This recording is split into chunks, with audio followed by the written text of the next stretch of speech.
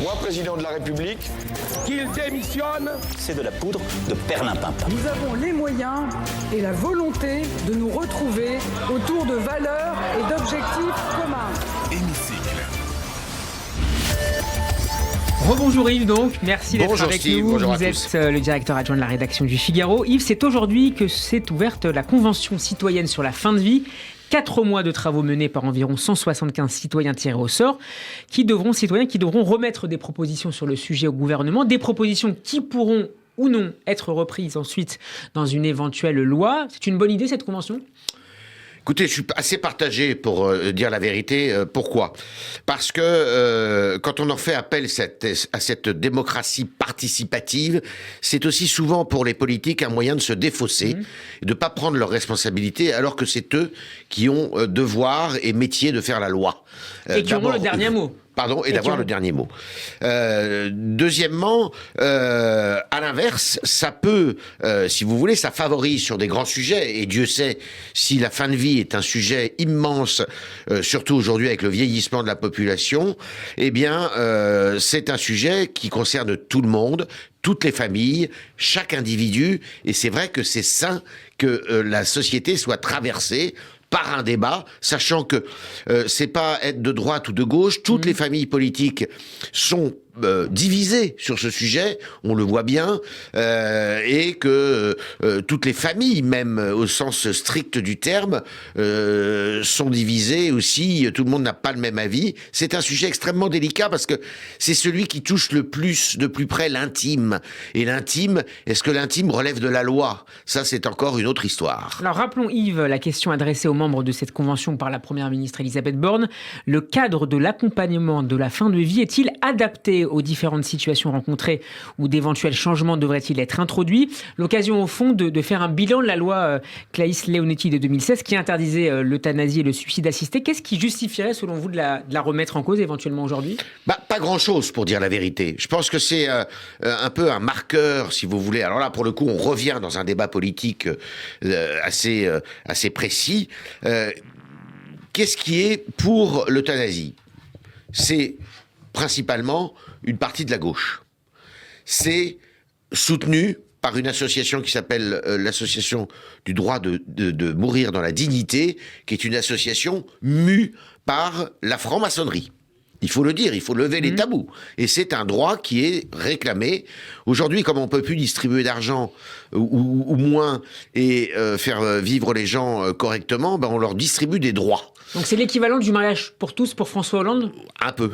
Je vais caricaturer un petit peu. Sauf que, si vous voulez, c'est vrai que la population vit de plus en plus vieille, que les gens, du coup, sont atteints de maladies, d'infections, qui sont souvent graves, qui perturbent leur vie. Alors, savoir si, en autorisant le suicide assisté, ou en autorisant encore plus l'euthanasie, est-ce que c'est un moyen de mourir dignement, ou est-ce que c'est un moyen d'échapper à une vie dure ? Il est là le sujet. Et le sujet est compliqué. Et puis, vous avez aussi une distinction à opérer entre mourir, le suicide assisté et l'euthanasie. L'euthanasie, ça veut dire que, en fait, vous avez laissé des directives et que vous n'êtes plus au moment les plus délicats, vous n'êtes plus en conscience pour savoir ce que vous voulez décider de votre avenir. Et ces directives font que, vous avez décidé préalablement de ce que vous souhaitez. Le suicide assisté, c'est pas pareil. Le suicide assisté, c'est que vous êtes dans une telle souffrance que vous décidez en conscience, de quitter ce bas monde. Donc c'est un peu différent. On va voir ce que vont donner, parce que sur le plan... Est-ce qu'il y a une distinction qui pourrait être opérée par cette convention, puis par le pouvoir politique ? Bien sûr qu'il va y avoir probablement une distinction. Vous avez des pays...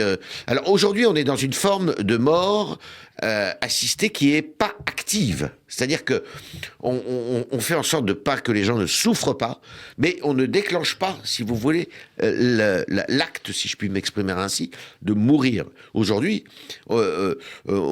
avec les projets qui sont à l'ordre du jour, c'est un peu ce qu'on veut faire. C'est-à-dire qu'on veut passer à un mode actif. Alors, il y a plusieurs gradations. Je vous dis, il y a le suicide assisté, il y a l'euthanasie. On va voir. Il y a aussi l'amélioration des soins palliatifs. Alors justement, les participants pourront notamment s'appuyer sur l'avis rendu en septembre dernier par le Conseil consultatif national d'éthique, un avis qui appelle à une accélération justement du développement des soins palliatifs. Le CCNE qui ouvrait également la voie à l'introduction d'une aide active à mourir, prioritairement sous forme d'assistance au suicide pour des pronostics vitaux engagés à moyen terme. Un avis qui avait à l'époque alarmé les responsables religieux, notamment le grand rabbin de France, Raïm Corsia. Alors, effectivement, toutes les religions sont plutôt hostiles à cette évolution vers l'euthanasie ou un suicide assisté. Pourquoi ?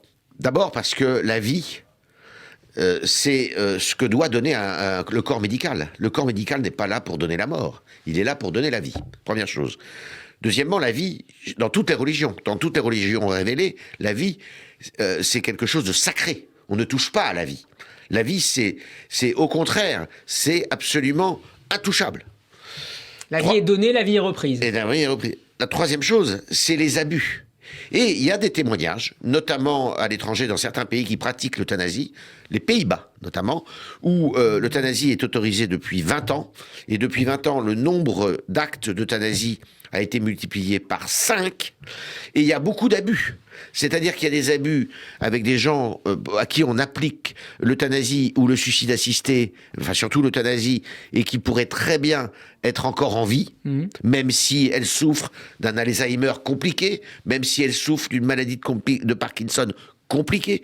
Eh bien, c'est des gens qui ne sont pas appelés à mourir immédiatement. Donc, ils pourraient très bien vivre. Deuxièmement, il y a quand même une chose dont il faut se méfier, c'est tout ce qui concerne, alors là on touche aux gros sous, les héritages.